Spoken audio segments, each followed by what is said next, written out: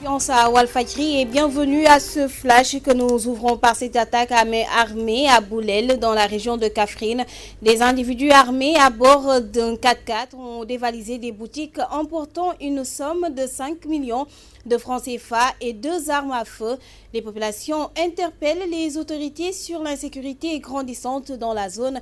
Une correspondance de Mamadou Martarsar. Les attaques à main armée s'intensifient dans le Saloum. Après celle de Gossas la semaine dernière, hier nuit, des individus armés venus à bord de véhicules 4x4 s'en sont pris à des commerçants au village de Fass-Golokoum dans la commune de Boulel, région de Kaffrine. Selon des témoins, les malfaiteurs, qui étaient au nombre de 9, ont escaladé le mur d'enceinte avant d'étrangler le commerçant Elhaji Malik Diop et blessé une dame. Ils ont emporté avec eux un butin estimé à plus de 5 millions de francs CFA et 2 armes à feu. Les victimes, à qui il ne restait que leurs yeux pour pleurer, interpellent les autorités pour mettre fin à ces attaques devenues monnaie courante dans le Saloum. Kaoula, Mamadou Martarsar pour la radio-télévision Walfadjri.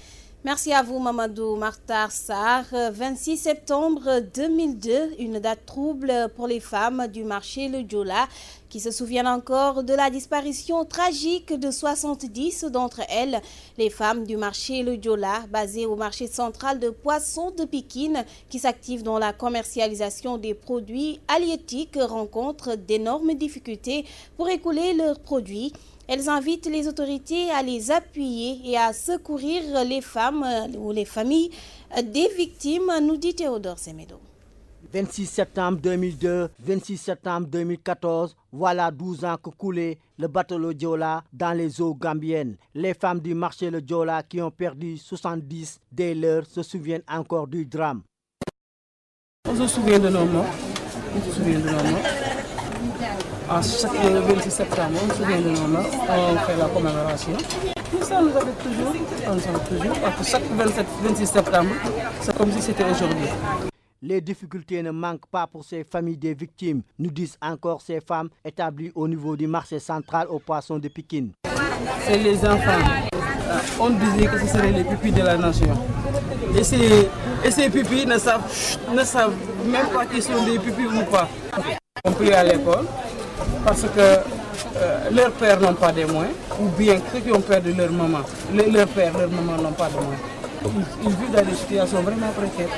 Mais il faut les aider à faire quelque chose. Baisse du chiffre d'affaires et impossibilité d'accès au marché international posent problème aussi pour ces femmes du marché Le Diola qui s'activent dans la vente de produits halieutiques. L'État est d'ailleurs interpellé. Transfert du marché du port au marché central du poisson. Ce que nous voulons, c'est un marché moderne. Parce qu'on n'est pas dans les normes. Alors quelles sont vos difficultés qui sont autour de nous? C'est pas propre. Ñun produit yu ñay lek la. Xam nga war na nek ci condition yo xamné képp ku fi ñew bëgg suñu bagage bi bëgg ko jënd boko yobbu ci réew bo démé do am ben problème. Accès international dañu sécuriser seen yef ba ñu la koy jox dañu xol sa condition de travail xol fi ngay liggéey nu mel day xol marché.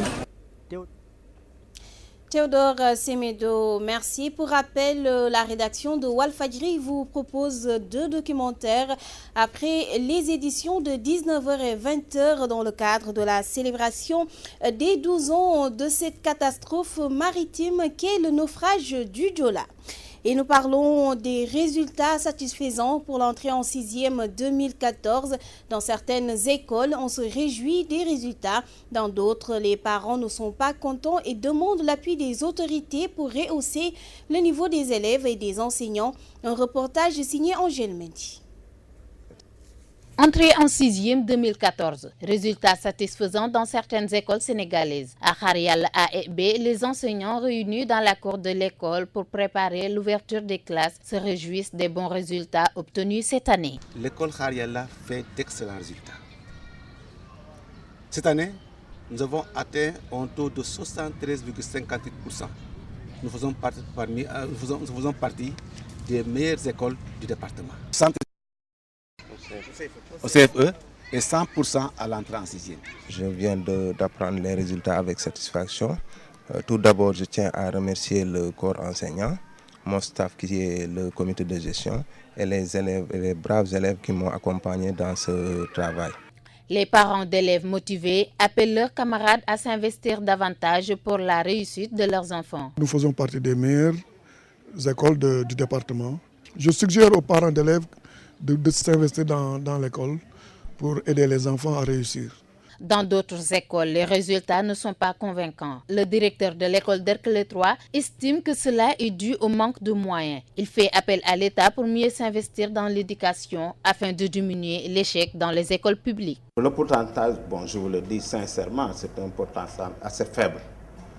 Ceci est dû à des facteurs difficilement maîtrisables. C'est qu'il y a, comme on a tendance à le dire, il y a un changement de paradigme. Pour certaines écoles privées, eux, ils parviennent à avoir de bons résultats, alors que dans les écoles publiques, il y a un manque criard de matériel, alors les enfants vraiment ne s'en sortent pas trop bien. À quelques jours de la rentrée scolaire, certains parents, enseignants et élèves fêtent leurs bons résultats. Par contre, d'autres estiment que la nouvelle réforme n'est pas bien saisie par certains enseignants, ce qui pourrait mettre en péril l'avenir de l'éducation nationale. Angèle Mendy, merci. La vente de glace pourrait expliquer la cherté des factures de courant. Une explication donnée par le ministre de l'Énergie, Maïmouna Ndoye Seck, est vite rejetée par les usagers qui sont rencontrés et qui disent vivre un long calvaire avec la Sénélec. Ils se sont confiés dans le reportage de Maman Tandour. Nous y reviendrons dans nos prochaines éditions. Voilà, c'est fini pour ce flash. Très heureuse de vous l'avoir présenté. Merci à Hubert Assogba pour son appui technique et également à Ndella Margueil pour son appui esthétique. Merci à vous de votre attention et de votre fidélité. À 18h, Zéna Omarba vous présentera la version Wolof. Quant à moi, je vous donne rendez-vous à 20h pour la grande édition du soir. Juste après moi, Oustaz Hassan Diouf reçoit son invité dans votre émission Tanef. Excellente suite des programmes. Au revoir.